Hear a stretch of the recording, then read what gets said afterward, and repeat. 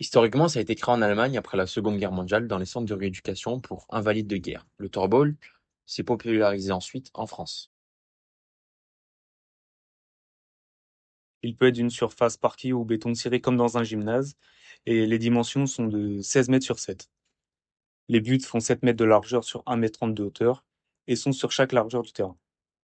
Les ficelles sonores sont placées à 40 centimètres du sol. Et elles servent à quoi ces ficelles?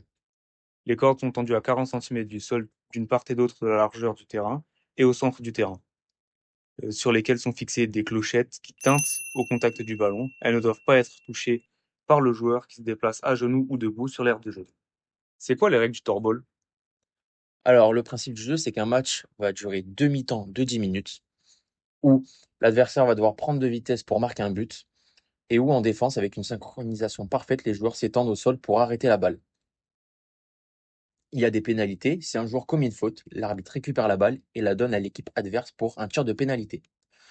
Trois coups francs constituent un pénalty. Dans ce cas, il y a un seul joueur qui défend contre un joueur qui tire.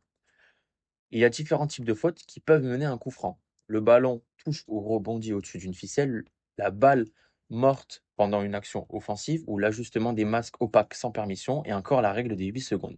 Au niveau de l'arbitrage, il y a un arbitre principal sur chaque angle du terrain et quatre juges de ligne qui assistent l'arbitre. Le ballon doit changer de camp en passant sous les cordes sans les toucher.